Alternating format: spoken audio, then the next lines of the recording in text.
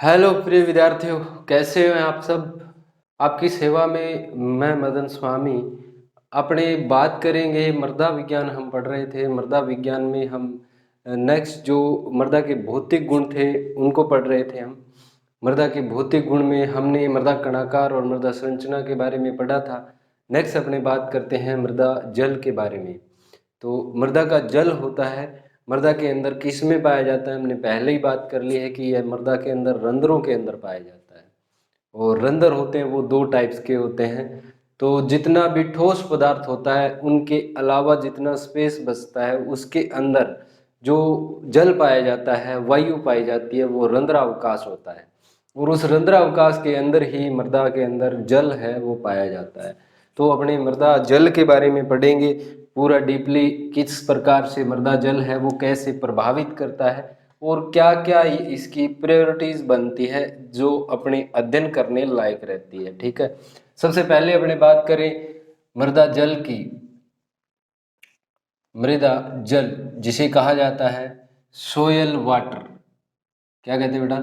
Soil water कहा जाता है, सोयल वाटर कहते हैं। ठीक है, अब जो मृदा जल होता है वह दो तरीके से अपने वर्गीकृत कर सकते हैं। एक तो वह जल जो भौतिक प्रकार का होता है जिसको फिजिकल वाटर के नाम से जाना जाता है, और एक जैविक जल होता है। ठीक है, तो एग्जाम में अगर डायरेक्ट क्वेश्चन आए मृदा जल किसे कहते हैं या मृदा जल के प्रकार बताइए, तो मृदा में पाया जाने वाला जल होता है वो मृदा जल कहलाता है। और दो प्रकार का होता है, कौन कौन सा? भौतिक जल और जैविक जल होता है। ठीक है, तो अपने बात करते हैं कौन कौन से जल किस किस प्रकार से। देखिए मृदा के अंदर जो जल होता है वो टू टाइप्स का होता है। कौन कौन सा? सबसे पहला हमने बात किया भौतिक जल जिसे फिजिकल वाटर कहते हैं। भौतिक जल, भौतिक जल में कौन कौन सा जल आता है बेटा? भौतिक जल कौन कौन सा होता है बेटा? सबसे पहले अपने बात करें तो आता है आर्द्रता ग्राही जल। कौन सा? आर्द्रता ग्राही जल। और दो नंबर जो होता है वो होता है केशिकीय जल। केशिकीय जल। तीन नंबर की बात करें तो तीसरा आता है गुरुत्वीय जल। गुरुत्वीय जल। तो आर्द्रताग्राही जल को हाइग्रोस्कोपिक वाटर बोला जाता है। क्या बोलते हैं? हाइग्रोस्कोपिक वाटर बोला जाता है। और केशिकीय जल को क्या बोलते हैं अपने? कैपिलरी वाटर बोलते हैं, कैपिलरी वाटर। उसके बाद में जो गुरुत्वीय जल होता है वो कौन सा होता है? ग्रेविटेशनल वाटर के नाम से जाना जाता है। ग्रेविटेशनल यानी गुरुत्वीय बल के कारण जो जल नीचे चला जाता है उसे क्या बोलते हैं? गुरुत्वीय जल बोलते हैं। उसके बाद में आता है जैविक जल, बायोलॉजिकल वाटर। जैविक जल होता है ये जिसे अपने बायोलॉजिकल के नाम से जानते हैं। और जो जैविक जल होता है वह भी तीन टाइप का होता है। सबसे पहले की बात करें एक नंबर, तो ये कौन सा होता है? उपलब्ध जल होता है जिसे अवेलेबल वाटर के नाम से जाना जाता है। अवेलेबल वाटर के नाम से जानते हैं। दो नंबर अनुपलब्ध जल। अनुपलब्ध जल जिसे किस नाम से जानते हैं अपने? अनअवेलेबल के नाम से जानते हैं। ये पौधों के काम में नहीं आता है, अनअवेलेबल। उसके बाद में तीन नंबर की बात करें तो तीसरा कौन सा आता है? अतिरिक्त जल के नाम से जल होता है। अतिरिक्त जल जिसे सुपरफ्लेवस वाटर के नाम से जानते हैं। सुपरफ्लेवस वाटर, सुपरफ्लेवस वाटर। दो प्रकार के जल होते हैं, दोनों के बारे में हमने पढ़ा। अभी देखिए ये किस किस प्रकार से इनको वर्गीकृत किया जा सकता है। सबसे पहला तो इसको दाब के आधार पर, तनाव के आधार पर, टेंशन के आधार पर इसको क्या किया जाता है? वर्गीकृत किया जाता है। तो देखिए सबसे पहले जल किस में उपस्थित होता है? यह उपस्थित किसके अंदर होता है? जल की उपस्थिति है वो किस में होती है? तो आपका जवाब होगा रंध्रों के अंदर। और रंध्र कितने टाइप के होते हैं बेटा? दो प्रकार के होते हैं। सर कौन कौन से होते हैं रंध्र? दो प्रकार के रंध्र कौन कौन से होते हैं? एक तो जिसे कहा जाता है सूक्ष्म रंध्र, या जिसे किसे क्या बोला जाता है? माइक्रोपोर बोला जाता है। क्या बोलते हैं? माइक्रोपोर बोला जाता है। और दूसरे होते हैं वृहत रंध्र, जिनको क्या बोलते हैं बेटा, मैक्रोपोर के नाम से जाना जाता है। किस नाम से? मैक्रोपोर के नाम से जाना जाता है। तो जो मैक्रोपोर और माइक्रोपोर होते हैं उनको इसके डायमीटर के हिसाब से, व्यास के आधार पर अपने क्या करते हैं, वर्गीकृत करते हैं। जैसे इसका जो माइक्रोपोर होता है, इसका व्यास होता है वो 0.06 mm से कम होता है, से क्या होता है, कम होता है। और जो मैक्रोपोर होते हैं उनका व्यास 0.06 mm से ज्यादा होता है। वो रंध्र जिनका व्यास 0.06 mm से ज्यादा हो, कौन सा, वृत्त रंध्र और सूक्ष्म रंध्र। अब यह मृदा कण पर धारित कैसे होता है, मृदा कण पर धारित कैसे होता है? तो देखिए धारित बेटा किस पर होगा, ये मृदा के कण पर होगा। जैसी मृदा होती है, जिस प्रकार की इसकी फिजिकल प्रॉपर्टीज है, इसके अंदर कार्बनिक पदार्थ की मात्रा है या मृदा संरचना है, उसी के हिसाब से क्या होता है, मृदा का जल धारण होता है। ठीक है, यानी जैसा पदार्थ होगा वैसा ही। जैसे कि आपने क्या किया, बलुई मिट्टी ली, ठीक है, बालू मृदा ली, उसमें जल डाला, थोड़ी देर में सूख गया। चिकनी मिट्टी को आपने भिगो के धूप में सुखा दिया, परंतु वो लगातार धूप में पड़े रहने के बावजूद भी धीरे धीरे सूखती है। तो जल धारण क्षमता है वो किसकी ज्यादा हुई, क्ले की हुई। यानी जल है वो अच्छे तरीके से धारित है, क्ले पर होता है। धारित किस पर होता है बेटा, कण पर होता है। और कैसे होता है, देखिए ये मान लीजिए कण है, ये क्या है, मृदा का कण है। इस कण पर, कण के बिल्कुल नजदीक बहुत ज्यादा दाब होता है, इसका जो सरफेस टेंशन होता है, पृष्ठीय जो तनाव होता है वो बहुत ज्यादा होता है। और इस पर जल धारित होना स्टार्ट होता है। उसके बाद में क्या होता है, दूरी बढ़ती जाती है और तनाव क्या होता जाता है, कम होता जाता है। तनाव क्या होता जाता है, कम होता जाता है, या एटमॉस्फेरिक प्रेशर है वो भी क्या हो जाता है, बढ़ जाता है। ठीक है, तो दोनों ये विपरीत प्रक्रियाएं होती है। जैसे अपने कह सकते हैं तनाव व्युत्क्रमानुपाती किसके होता है बेटा, 1/, दूरी के होता है। अगर दूरी बढ़ेगी तो तनाव क्या होता जाएगा, टेंशन होता है वो क्या होता जाएगा, घटता जाएगा। ठीक है, याद रखिएगा, तनाव होता है वो दूरी के व्युत्क्रमानुपाती होता है। और मृदा पे जो जल होता है वो इसी तरीके से धारित होता है। ठीक है, अब अपने ये आपको ये पढ़ लिया तो आपको ये समझ में आ जाएगा टोटल। अभी क्या होता है, इससे छोटी छोटी केस के आकार की जो अपने हेयर्स होते हैं, बाल होते हैं, वैसी सूक्ष्म नलिकाएं बनी हुई होती है जो जुड़ी हुई होती है, जिनको क्या बोलते हैं, कैपिलरीज बोलते हैं, केशिका बोलते हैं। और इनके अंदर जल धारित होता है। तो जब कैपिलरीज के अंदर वाटर यहां तक होगा तो ज्यादा तनाव पर धारित होगा और जल क्या होगा, कम होगा। ये अगर केशिका पूरी भरी हुई है तो जल क्या होगा, बहुत ज्यादा होगा और तनाव क्या होगा, कम होगा। ठीक है, तो ये बात आप याद रखिएगा। यहाँ के बाद में अपने मेजर पोर्शन है वो स्टार्ट करते हैं। ठीक है, इसको मैं मिटा रहा हूं, अगर आप नोट्स बना रहे हैं तो बना लीजिएगा साथ में। अभी अपने बात करते हैं इसके वर्गीकरण की। जल क्या वर्गीकरण है, वो मृदा के अंदर ये जल है किस प्रकार से पाया जाता है, इसके बारे में अपने पढ़ते हैं। तो देखिए बेटा, मृदा जल होता है, उससे क्वेश्चन एग्जाम में ऑब्जेक्टिव टाइप भी पढ़ते हैं और आपके एग्जाम में थ्योरेटिकल क्वेश्चन अगर 11th-12th के बच्चे देख रहे हैं, पढ़ रहे हैं, तो उनके लिए भी ये लाभदायक रहता है। अब देखिए मृदा जल की बात करें अपने तो मान लीजिए ये आपका खेत है, क्या है, ये आपका खेत है। और इस खेत में इधर क्या बह रही है, नदी बह रही है। खेत के इस साइड के अंदर क्या बह रही है, नहर बह रही है या नदी बह रही है। जल के जो संसाधन होते हैं उसमें जो नदी होती है, तालाब होते हैं, ये सारे के सारे प्राकृतिक संसाधन होते हैं। और अगर देखा जाए तो कृत्रिम संसाधन की बात करें तो जैसे नहर हो गई, कृत्रिम रूप से बनाई जाती है। नदी अपना रास्ता स्वयं बनाती है, परंतु नहर को कृत्रिम रूप से बनाते हैं। जैसे कि बांध हो गया, तो बांध होता है वो भी कृत्रिम होता है। तो सिंचाई के साधन या अपने जल के संसाधन की बात करें तो प्राकृतिक नदी तालाब वगैरह हो गए, और जो कृत्रिम हो गए वो कौन से हैं, नहर और बांध होते हैं। ठीक है, तो ये नहर जा रही है, ठीक है, और नहर से अपने क्या होता है, खेत में पानी लेकर आते हैं, सिंचाई स्रोत से अपने क्या लेकर आते हैं, पानी लेकर आते हैं। ठीक है, अब ये जो पानी है, इस पानी को अपने क्या करते हैं, खेत में छोड़ देते हैं, खुला छोड़ देते हैं। ये जो पानी था, ये पानी इधर से अपने खेत में आगे बढ़ा, और खेत सारा है वो पानी से भर गया, पानी से खेत है वो भर गया।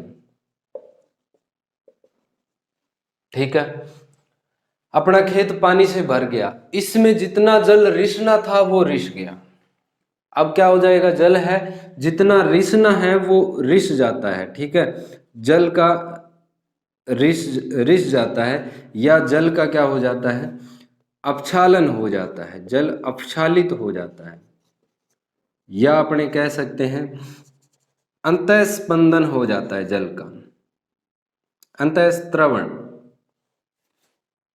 या आप कह सकते हैं जल का परकोलेशन हो जाता है, यानी जल गुरुत्वीय बल के कारण नीचे चला जाता है, जल का रिसाव हो जाता है। ठीक है, अब यहाँ पर अपने सोयल में रिसाव नहीं कह सकते, जल का नीचे जाना। ठीक है, या तो जल क्या होगा, अपक्षालित होगा, या जल क्या क्या होगा, परकोलेशन होगा। ठीक है, जल नीचे चला गया। अब अपना खेत भर गया, पूरा पूरा भर गया, तो क्या होगा, तो खेत से पानी है वो दूसरे के खेत में चला जाएगा, और अपने को क्या मिल जाएगा, ओड़मा मिल जाएगा। ठीक है, क्योंकि थारो बांध टूट गयो, या थारी डोली टूट गई, या थारो डोलो टूट गयो, दो चीज हुआ है। देखो, खेत में भी पुल्लिंग और स्त्रीलिंग हो जाता है। अगर खेत को छोटे छोटे भागों में कोई अपने अवरोध बनाते हैं, जिनको अपने डोली कहते हैं। ठीक है, और खेत को पूरे को अगर कोई कवर कर रहा है, बाउंड्री कर रहा है, तो उसे डोला कहते हैं। ठीक है, तो डोला क्या हो जाता है, टूट जाता है, डोला टूट के दूसरे के खेत में पानी है वो चला गया। ठीक है, तो ये पानी था वो इधर चला गया। अभी आपको बस इतना ही याद करना है और कुछ नहीं पढ़ना है आपको। अब क्या होता है, हमने खेत को 36 से 48 घंटे तक छोड़ दिया। ये प्रक्रियाएं कब होती है, जब अपना खेत खाली था, तो वह मृदा क्या कहलाती है, असंतृप्त मृदा थी। कौन सी मृदा थी, असंतृप्त मृदा थी। और इस असंतृप्त मृदा से जो अनसैचुरेटेड सोयल कहलाती है, अनसैचुरेटेड सोयल कहलाती है। अनसैचुरेटेड सोयल कौन सी होती है बेटा, जो पानी की प्यासी हो, जैसे कि आप नेट के प्यासे रहते हैं। ठीक है, जिसमें किसी चीज की कमी हो, वो क्या है, असंतृप्त मृदा है, यानी मृदा के अंदर पानी की कमी है, माइक्रो और मैक्रोपोर, सूक्ष्म और वृत्त रंध्रों में पानी नहीं है, तो वो कौन सी असंतृप्त मृदा होती है। जब मृदा में संतृप्तता आ जाती है, पानी पूरा वृत्त रंध्र और सूक्ष्म रंध्र भर जाते हैं, पहले सूक्ष्म रंध्र भरते हैं, फिर वृत्त रंध्र भरते हैं, और वृत्त रंध्रों का जल है वो ही अपक्षालित होता है। तो जो जल होता है वो अगर संतृप्त की बात करें अपने, तो संतृप्त जो मृदा होती है, लिखिए जा भाई, इसे क्या बोलते हैं, सैचुरेटेड सोयल बोलते हैं, सैचुरेटेड सोयल। तभी ये प्रक्रियाएं होती है, जल अपक्षालित होता है या दूसरे के खेत में जाता है। जब मृदा संतृप्त हो जाए, आवश्यकता से अधिक पानी इसके अंदर आ जाए, तो ही क्या होता है, ये सारी प्रक्रियाएं होती है। अब अपने खेत को खाली छोड़ दिया,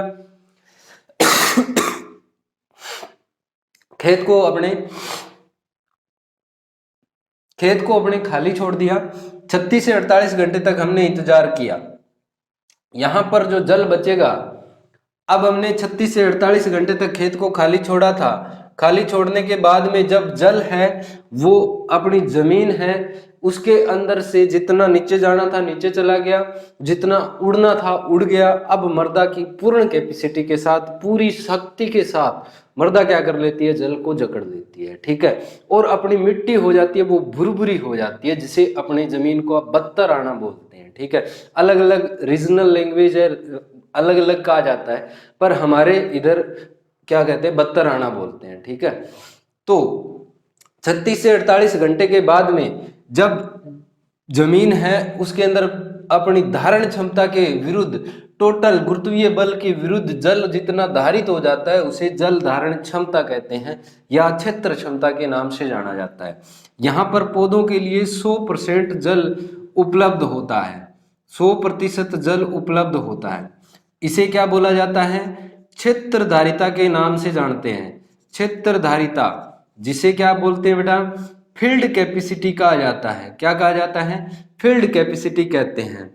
और जो क्षेत्र धारिता होती है इस पर अगर अपने बात करें सोयल टेंशन की तो कितना होता है बेटा, 0.3 बार।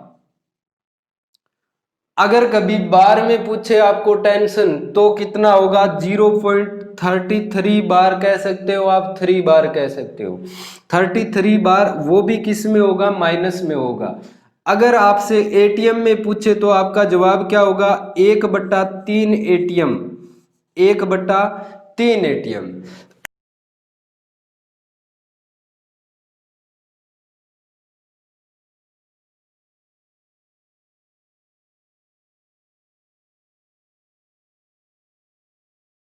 1/3 एटीएम, ये भी कितने के बराबर ही आएगा, 0.33 के बराबर ही आएगा, क्योंकि एक बार होता है वो कितने के बराबर होता है बेटा, एक बार बराबर 0.98 एटीएम के बराबर होता है। ठीक है, तो इतना ज्यादा आपको नहीं पढ़ना है। ठीक है, ये ज्यादा हो जाएगा। 1/3 एटीएम तक इसका टेंशन रहता है। ठीक है, अभी क्या होता है, बार हमेशा ही किस में होगा, नेगेटिव में, एटीएम हमेशा ही किस में होगा, पॉजिटिव के अंदर। ठीक है, तो 100% जल उपलब्ध होता है, यह क्षेत्र धारिता के नाम से जाना जाता है। अब क्या होता है, अब धीरे धीरे जल की कमी आती है, जल की कमी आती है, पौधा मुरझाना स्टार्ट होता है। पौधा मुरझाना स्टार्ट होता है तो पौधा सबसे पहले कौन से बिंदु पर मुरझाना स्टार्ट होता है, यह बिंदु होता है जब भी पौधा मुरझाना स्टार्ट होता है या मृदा के अंदर जल की कमी होती है तो उसको क्या बोलते हैं बेटा, मुरझान बिंदु के नाम से बोलते हैं। जब पौधे के अंदर या मृदा के अंदर जल की कमी आ जाती है, पौधा मुरझाना स्टार्ट हो जाता है, तो उसे मुरझान बिंदु बोलते हैं। क्या बोलते हैं, मुरझान बिंदु बोलते हैं। और जो मुरझान बिंदु होते हैं वो 3 टाइप के होते हैं।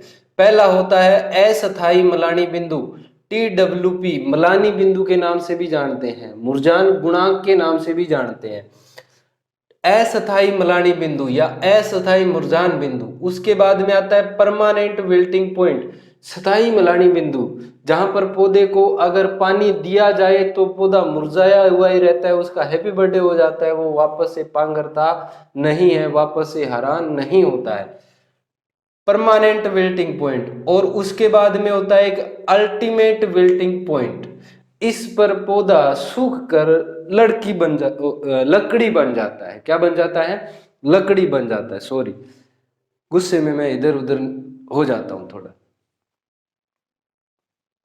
गुस्सा तो नहीं है मेरे को, बिल्कुल भी आता भी नहीं है। अल्टीमेट विल्टिंग पॉइंट क्या होता है, इस पर पौधा है वो सूख कर लकड़ी के समान रह जाता है। ठीक है, तो 3 प्रकार के मुरझान बिंदु होते हैं। तो सबसे पहला कौन सा आता है, temporary wilting point. Temporary wilting point पर अगर अपनी सिंचाई करते हैं तो पौधा वापस से क्या हो जाता है, हरा हो जाता है। सिंचाई कर दी तो पौधा वापस से क्या हो जाएगा, हरा हो जाएगा। ठीक है, यहां पर टेंशन कितना होता है या दाब कितना होता है, ये आता है 13 एटीएम पर। कितने पर, 13 एटीएम पर, या अपने कह सकते हैं -13 बार पर यह बिंदु आता है। ठीक है, उसके बाद में क्या होता है, उसके बाद में पौधा वापस से मुरझाना स्टार्ट करता है। अगर हमने सिंचाई नहीं की तो पौधा ये क्या हो जाता है, मुरझा जाता है। पौधा क्या हो जाता है, मुरझा जाता है और सदा के लिए मुरझा जाता है, हैप्पी बर्थडे हो जाता है उसका। और इस बिंदु को क्या कहते हैं, परमानेंट विल्टिंग पॉइंट कहते हैं। जल की कमी हो गई पूरी, और ये दाब कितना होता है यहाँ पर 15 एटीएम होता है, या अपने कह सकते हैं -15 बार के बराबर दाब होता है। कितना? -15 बार के बराबर दाब होता है।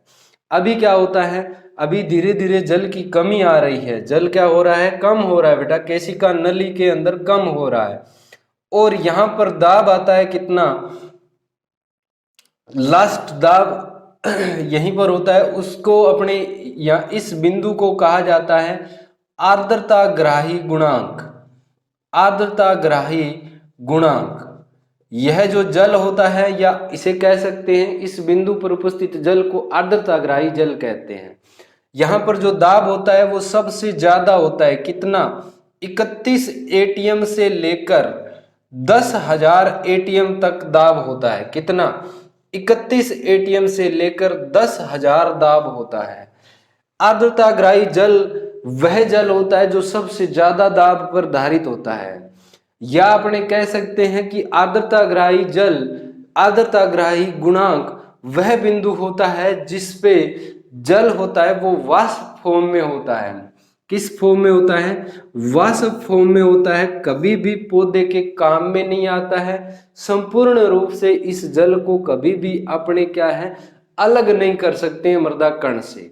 तो हमने यहाँ पर वही बात की बेटा, यहाँ हमने मान लीजिए ये कण था, और इस कण से ये केशिका नली जुड़ी हुई थी। यहाँ पर जल की मात्रा फुल थी, यहाँ पर कम हो गई, फिर यहाँ पर बिल्कुल कम हो गई, और यहाँ पर तो बिल्कुल ही कमी हो गई।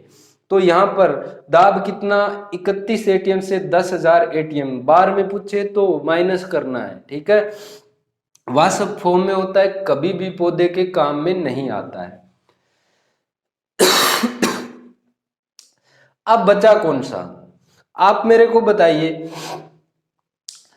क्या यहां से लेकर यहां तक पौधे के लिए जल उपलब्ध था? हाँ सर, था। तो इसे क्या कह देते हैं? उपलब्ध जल बोल देते हैं। क्या बोल देते हैं? उपलब्ध जल। पौधों के लिए सदा ही प्राप्य रूप में पाया जाता है, इसीलिए इसे क्या कह सकते हैं? अपने प्राप्य जल कह सकते हैं। क्या कह सकते हैं बेटा? प्राप्य जल भी कहा जा सकता है। और प्राप्य जल कितने से कितने के अंदर होता है? यह 0.33 या 1/3 से कितने दाब तक? 15 एटीएम तक ये धारित होता है। कितने तक? 15 एटीएम तक। अब देखिए, क्या परमानेंट विल्टिंग पॉइंट से आर्द्रताग्राही गुणांक तक पौधों के लिए जल उपलब्ध था? आपका जवाब है सर नहीं था, यहाँ तो पौधा सूख जाता है, ठीक है। अब ये कौन सा होता है बेटा? अप्राप्य जल। अप्राप्य जल, या इसे कह सकते हैं अनअवेलेबल वाटर। अनअवेलेबल वाटर, जो अनअवेलेबल वाटर होता है कितने दाब पर धारित होता है? तो आपका जवाब होगा 15 से 31 एटीएम पर धारित होता है, और पौधे को उपलब्ध नहीं होता है। पौधे को उपलब्ध नहीं होता है। अब जो ये जल था वो किसके अंदर था बेटा? केशिका नली के अंदर था। तो इसे क्या कह देते हैं? इसे केशिकीय जल कह देते हैं। क्या बोल देते हैं? केशिकीय जल बोल देते हैं। और जो केशिकीय जल होता है वो कितने दाब पर धारित होता है? तो आपका जवाब होगा 0.33 से 31 एटीएम के बीच में, या कह सकते हैं 1/3 एटीएम से 31 एटीएम के बीच में पाया जाने वाला जल क्या कहलाता है? केशिकीय जल। पौधों के लिए सर्वोत्तम जल होता है, सर्वाधिक उपयुक्त होता है। पौधों के अंदर जल होता है वो केशिकीय जल ही पौधे ग्रहण कर पाते हैं, और यह जल मृदा घोल की तरह कार्य करता है, पौधों के लिए आवश्यक ऑक्सीजन की अवेलेबिलिटी करवाता है।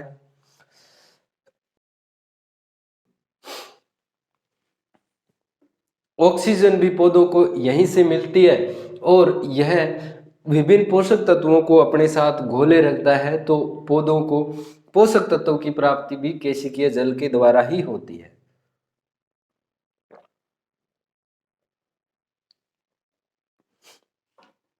तो ये तो था बेटा जल कैसे किस प्रकार से पौधे हैं वो ग्रहण करते हैं। यहाँ पर मैंने मुरझान बिंदु भी बता दिया और सारा टोटली आपको मैंने यहाँ पर बता दिया कितना कितने दाब पर धारित होता है, कैसे कैसी मात्रा में ये पाया जाता है। ठीक है, अभी अपने बात करेंगे मृदा जल को आप अच्छे से इस तरीके से लिख सकते हैं, कोई भी कहीं भी प्रकार किसी भी प्रकार की दिक्कत नहीं आती है। ठीक है, तो अपने बात करते हैं, आप मेरे को कमेंट करके बताइएगा कि मृदा के अंदर जो जल होता है वो अगर प्रवेश कर रहा है तो उसको क्या बोलते हैं। मृदा में जल का प्रवेश है वो क्या कहलाता है। मृदा में जल का प्रवेश है वो क्या कहलाता है।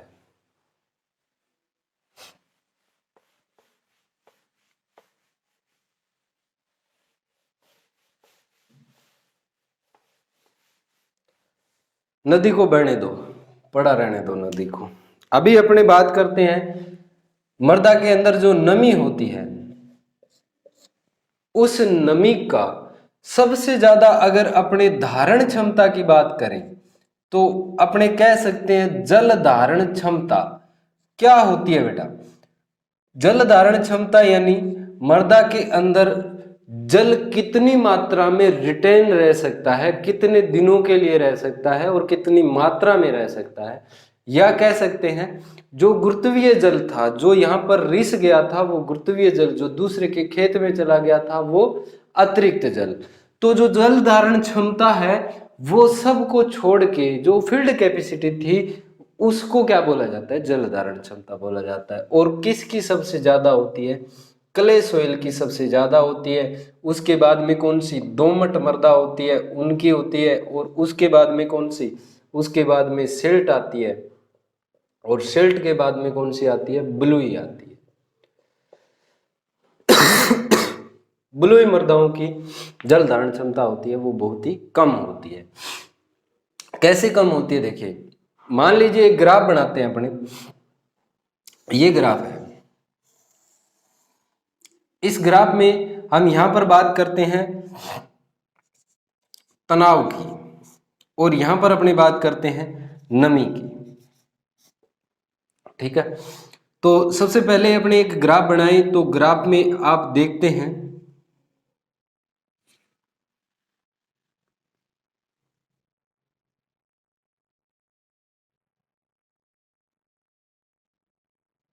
इस प्रकार का ग्राफ आता है। दूसरा जो ग्राफ आता है वो इस प्रकार का ग्राफ आता है और जो तीसरा जो ग्राफ आता है वो इस प्रकार से ग्राफ आता है। पहला ए, बी और सी तीन ग्राफ हैं। पहले ग्राफ के अंदर आप देखते हैं तो जो सैंडी सोइल्स होती है उनके अंदर की बात करते हैं। ठीक है, सबसे कम दाब पर धारित होता है जल, तनाव या दाब कह दो, तनाव कह दो या दाब कह दो। सबसे कम दाब पर धारित होता है और सबसे पहले मुक जाता है, यानी इसकी जल धारण क्षमता बहुत ही कम है। उसके बाद में कौन सी, सिल्ट आती है। बी नंबर कौन सा है, सिल्ट का है। तो जो सिल्ट की सोइल होती है वो बलुई से थोड़ी जल धारण क्षमता उसकी ज्यादा होती है। देखो किस प्रकार का ग्राफ आ रहा है, तनाव था इतना, बलुई से ज्यादा, और ये ग्राफ इधर आ गया।